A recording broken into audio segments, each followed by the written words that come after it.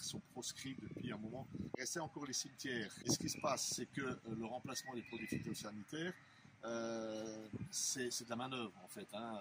Arracher les mauvaises herbes à la main, ça représente énormément d'heures de travail, donc forcément un coût pour la commune. Cherchons des économies et en même temps, il y a une augmentation de charges liée à un certain nombre d'opérations. Et donc, ce type d'opération, arracher les mauvaises herbes à la main, un coût de main-d'œuvre extrêmement élevé. Donc, on a cherché une solution pour limiter ce coût. Et une des solutions consiste à engazonner les allées de cimetières, donc, ce qui donne un aspect donc, finalement assez joli. En revanche, on va économiser énormément d'heures de travail dans l'enlèvement des mauvaises herbes à la main, donc avec une équipe municipale qui passe beaucoup d'heures. Au niveau de l'équipe municipale, est-ce que c'était difficile de convaincre les autres élus ou c'était... Non, pas du tout, parce que, comme je le disais tout à l'heure, l'équipe municipale, en concertation avec le personnel municipal qui lui-même est aussi très motivé pour la préservation de l'environnement, on a bien conscience des problématiques actuelles en matière d'environnement. Nous étions toujours à la recherche de solutions du développement durable, si je puis dire, et donc tout le monde était convaincu. Le fait, alors ce qu'il faut, c'est faire passer le message auprès de la population surtout, parce que la population n'est pas forcément au fait de ces problématiques. Certains vont peut-être trouver curieux qu'on mette du gazon maintenant autour des tombes, mais il va falloir qu'on communique sur le sujet, parce qu'en définitive, au niveau esthétique, ce sera tout aussi joli que le gravier actuel. Et puis, donc, comme je disais, c'est une économie de charges importantes pour la commune, donc pour les impôts également des citoyens. Est-ce que vous avez prévu une communication dans le journal communal ou un autre moyen? Tout à fait. Oui, on a le bulletin municipal qui paraît régulièrement, donc tous les 2 mois, dans lequel nous avons déjà commencé à communiquer, d'ailleurs le dernier bulletin, donc on a cité effectivement l'engazonnement. Cette opération pour le cimetière ici revient à 3 087 €, donc subventionné à hauteur de 80% par la région. Est-ce que vous avez été voir d'autres cimetières engazonnés avant pour vous convaincre? Oui, alors on a vu effectivement d'autres, alors surtout en vidéo ou en photo, donc les entreprises nous ont montré ce qu'il en était. Bon, on a trouvé ça très agréable et puis surtout très utile dans le contexte actuel. Donc on est Toussaint 2019, rendez-vous en Toussaint 2020 pour voir le résultat? Tout à fait, et je pense que d'ici là, tout le monde se sera approprié cette nouvelle technique et ce nouvel aspect du cimetière. Merci beaucoup. Nous venons faire une mise en place d'une nouvelle technique qui s'appelle la végétalisation, qui consiste à végétaliser, c'est-à-dire à implanter un mélange tout à fait spécifique de semences de graminées avec de la cellulose, c'est-à-dire de la fibre de bois, pour remplacer et supprimer toutes les applications de produits phytosanitaires que l'on pouvait connaître sur les années précédentes. Cette technique est tout à fait particulière et innovante. Les premiers essais ont eu lieu en 2011 sur les allées sablées de Quetigny. Donc nous avons quand même malgré tout maintenant suffisamment de recul avec cette nouvelle technique.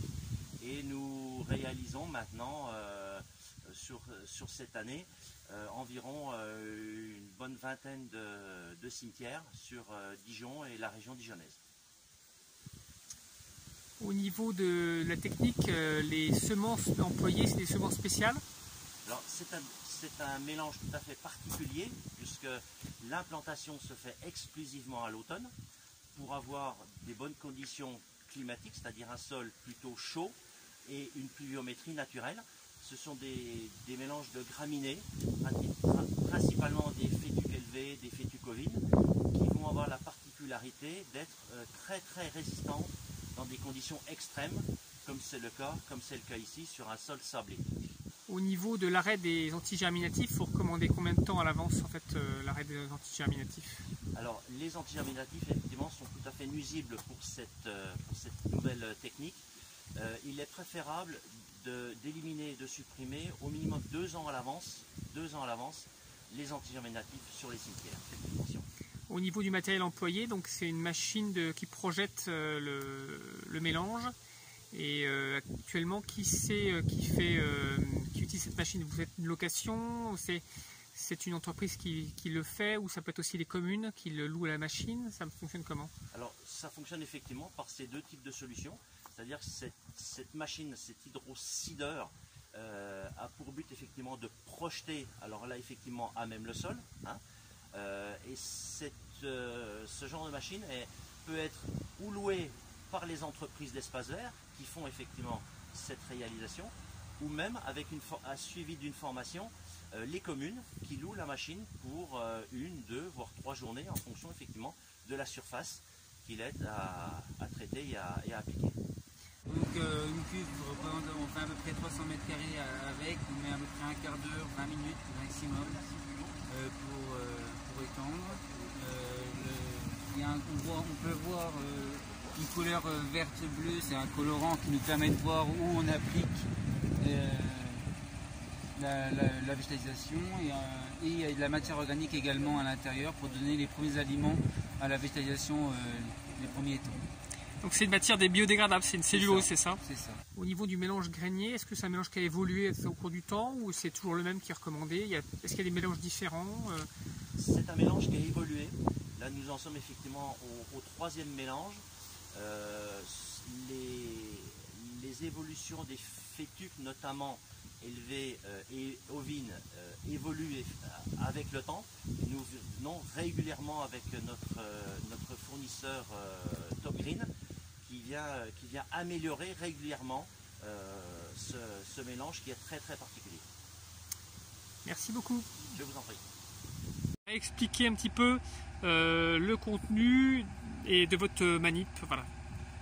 Du coup, on a commencé par mettre à peu près un tiers à la moitié d'eau. On a ajouté 2 balles de matière organique avec colorant et papier mâché.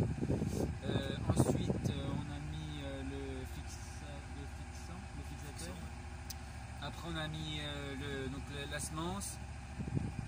On a remis de l'eau. Puis ensuite, on a remis encore 2 balles pour faire le mélange final que vous avez à la fin sur la vidéo. Merci. Donc voilà, nous sur la commune, ça fait quelques années qu'on travaille un petit peu sur de nouvelles techniques. En l'occurrence, moi je suis arrivé sur 2012 sur la commune de Belleneuve et dès 2012 on a mis en place donc une gestion différenciée, c'est-à-dire qu'on n'avait plus que les 2 cimetières qui étaient traités justement en application de produits phytosanitaires. Tout le reste de la commune, les trottoirs, les parcs publics étaient traités de manière différente, c'est-à-dire qu'on était sur du désherbage manuel. Donc on est parti sur une technique là, sur ce cimetière-là qui consiste à apporter du compost sur les terrains qui étaient ensablés. Donc il y a eu un mélange de compost de substrat qui a été apporté, qui a été nivelé par une machine. Donc c'est là que l'engazonnement a eu lieu. Les difficultés qu'on a pu trouver, ça a été fait l'année dernière. C'est vrai qu'on a eu des étés qui ont été très très chauds. Donc on le voit, il y a encore un petit peu des trous, des manques sur certaines allées qu'on sera peut-être obligé de compléter aussi dans le futur. Mais dans l'ensemble, bon, voilà, on voit là sur cette saison automnale qu'il y a quand même une bonne partie qui est enherbée. Combien de passages cette année peut-être? Je pense que sur 3 passages, on est déjà pas mal, quoi. Ça permet quand même de garder voilà, quelque chose d'assez esthétique, quoi.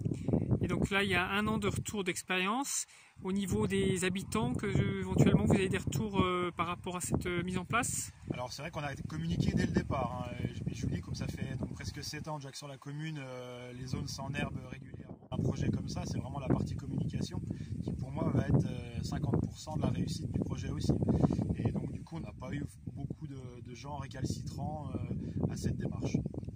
Le coût des travaux était de combien à peu près? Alors, le coût des travaux, on était à peu près sur un budget similaire au cimetière de l'autre côté qui est fait sur une autre technique. On était environ entre 3 et 4 000 euros TTC pour la surface totale avec la main d'œuvre.